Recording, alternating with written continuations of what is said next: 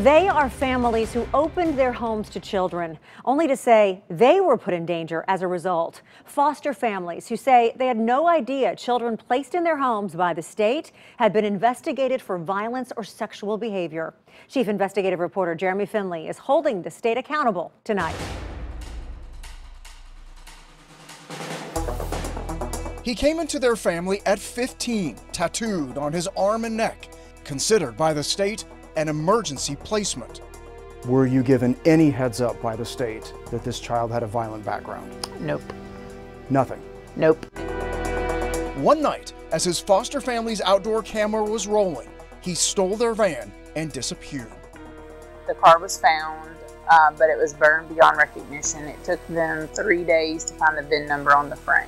It was only after the van was destroyed that the family says they learned he had a history of auto theft and had been investigated for molesting a child. At that point, they stopped taking teenage placements from the Department of Children's Services. The danger is too great, and you can't depend on the state to be transparent. And it isn't just this family. Over and over and over again, families tell News4 Investigates the state placed children with violent or sexual behavior in their homes without disclosing their pasts. They might not be able to be arrested for it, but they should.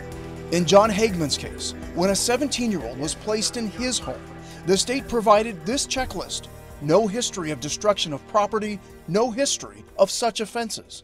Get a cop here now! So imagine Hagman's astonishment when he says without warning, the teen broke a TV, punched a door, and began smashing dishes. Listen. Is that him screaming in the background? Yes. All right, what's he doing? What if he's destroying the house is what he's doing? Remember how the state wrote that the teen had no history of violence? Look at what Hagman obtained after the teen's violent outburst. The teen's case history shows in May 2016, his behavior was described as destructive when he assaulted a DCS staff member and destroyed property at a DCS office. More than a year after that, the teen would destroy Hagman's kitchen. Do you remember what you said to DCS when you found this out? I told him it was criminal. Leslie Lang, who has 3 young children, says she allowed DCS to place a teenage girl into her home, a teen who later admitted she'd been investigated for molestation. DCS did not tell me. And both these families tell similar stories. One saying they had no idea that a teen had attacked a DCS staffer before being placed in their home. The other saying the state did not disclose the depths of the sexual abuse of an 11-year-old girl who was placed with them. After they adopted the girl 6 months later, they say she attempted to molest 2 boys. Our first instinct was to call DCS and say, what in the world is going on? She just tried to molest 2 5-year-old boys. For weeks, News4 Investigates repeatedly emailed and called DCS for an interview. Among our questions, the claims from all these families that the caseworkers are simply overwhelmed with too many children to place. They'll do and say anything they have to get these kids out of their office and get them a bed to sleep in at night. Do we get it right all the time? No. Do we get it right most of the time? Yes. Saying she could not discuss individual cases by law and that many of them happened before she was commissioner, Jennifer Nichols at last agreed to answer questions yesterday afternoon. These families say that their caseworkers were not open with them about the backgrounds of these children. Truth and transparency with families is critical. If a family was not fully advised, about the needs of a child, I'm sorry for that. I said a few minutes ago, do we get it right every time? No. Families say even if the commissioner is forbidden from publicly discussing their cases, she should answer to problems like this. Remember the teen who stole and burned the van? After that crime came this email from their caseworker asking them to sign a document that claimed they were aware of his violent background. She told us that her supervisor demanded that we need to sign this form. So they were ultimately asking you to sign that you were aware he had this violent background when in fact you never had. Right. The family's email response: we will not sign anything. Some of these families have documentation that clearly shows information was withheld from them. Okay, and you didn't hear me argue with you. I'm telling you, if that was done, it's wrong.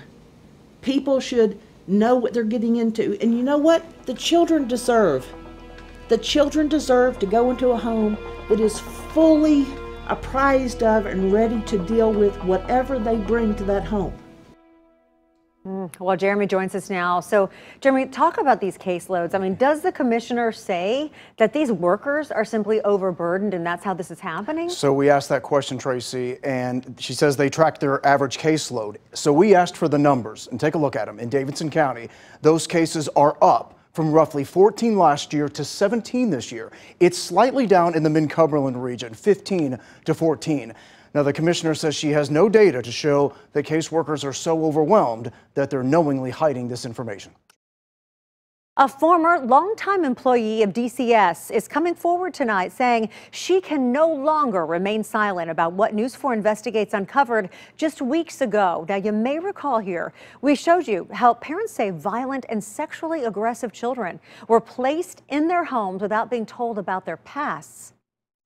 You are able to see our story. Was any part of it inaccurate? No, every bit of it was true. Well, it prompted that former caseworker to provide our chief investigative reporter, Jeremy Finley, with documentation of how she says the state is risking the safety of Nashville families who only want to help. Smashed walls, broken windows, consoles ripped apart. When these men signed up to be foster fathers, it's not what they expected. We didn't sign up to be lied to. We signed up because this is something we want to do to give back to the community. And it's not only parents saying DCS concealed the truth about the children coming into Davidson County foster homes. Why did you decide to come forward about this? And seeing the way the foster parents have been treated for years, it was very disturbing to me. Disturbing because this former longtime employee of DCS heard their frantic calls. The child attacked her and a big gash in her eye. The child had grabbed a knife, a butcher knife. She had knife cuts on both hands. This employee says, here's what you need to understand. There are levels that the state assigns children. Level 1 is the lowest risk. In Tennessee, when you hear the term DCS foster home, that means the family is trained only for level 1 kids. You're level 1. Correct. So you thought you were getting kids that had no violent histories. Correct. And instead, you got up to level 4. Yes. You heard right. Families who thought they'd only get non-violent children say they were placed with kids with a much higher risk, even up to level 4, the most trouble.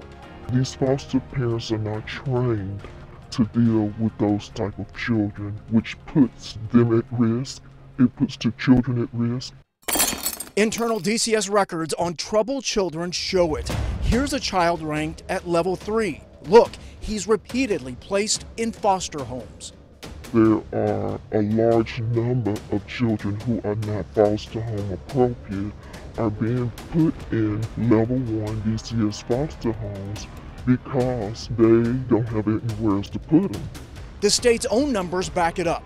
Foster homes from 2015 till 2019 have increased from 117 to 169. But look at the providers and homes considered therapeutic, meaning they're trained to handle the most troubled children. In 2015, they were up to 159. Last year, they're down to 130. In lieu of an interview, DCS issued a statement, reading in part, there are times when case managers must find safe and immediate placement before assessments are completed and without prior knowledge of a child's full background. But case managers strive to make these placements work. All this foster father knows is that too often, what he was told was a non-violent child ended with a call to police. One of the policemen asked me to come to the car, and when I went to the car, he showed me the child's record and showed me that this child had an extensive violent history. They knew that, but they didn't tell me. Jeremy Finley joining us live here tonight. So Jeremy, why are the number of foster homes growing in this case while the number of providers trained to handle higher risk kids actually decreasing? Well, according to that DCS employee that you just heard from, Tracy, she says it's all about money. She says that it costs more to pay therapeutic homes and providers than it does to pay foster families who operate, of course, out of their homes, their DCS foster homes. However, the State Department of Children's Services disputes that, releasing to us a statement tonight reading in part the department makes its decisions by finding the least restrictive placement environment that can meet the clinical and assess needs of a child, not on the basis of money. I have deep concerns about this department. That's how lawmakers are reacting to a scathing audit released today of the Department of Children's Services. The audit criticizes the agency for problems just exposed by News4 Investigate. So let's go to Chief Investigator Jeremy Finley. Jeremy, what does the audit show here? Well, Lauren, just a few weeks ago, we first brought you the story of how parents were talking about, especially foster parents, were talking about how children with violent or sexual histories were brought into their homes without those histories being disclosed to them by the state. Why these foster families believe this is happening is reflected in the audit's findings today. The burned out van, the broken dishes, the busted televisions, all examples of what foster families say happened when children were placed in their homes without DCS ever disclosing that the kids had violent histories.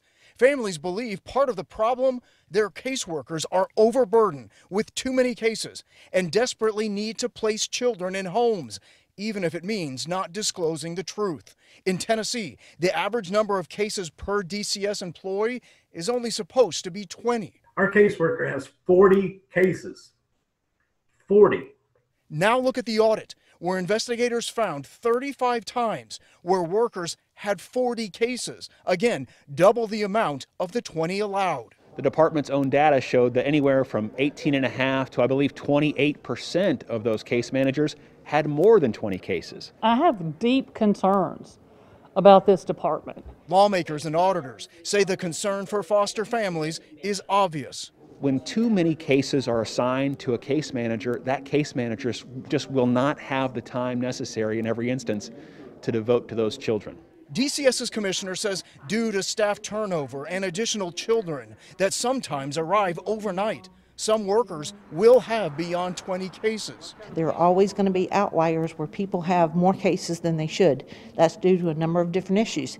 DCS says they are monitoring monthly caseloads to make sure workers aren't overburdened, and this committee voted to allow DCS to continue operating as usual, something Representative Gloria Johnson found alarming.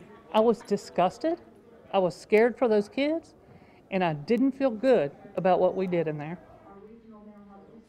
All right, the chairman of that committee also said that perhaps the state law needs to change, specifically saying how often DCS should be monitoring the caseloads of these workers. Right now, there is no stipulation at how often they have to do this. DCS was also criticized heavily for a bunch of different reasons. You can read the audit right now. We have it for you on our app.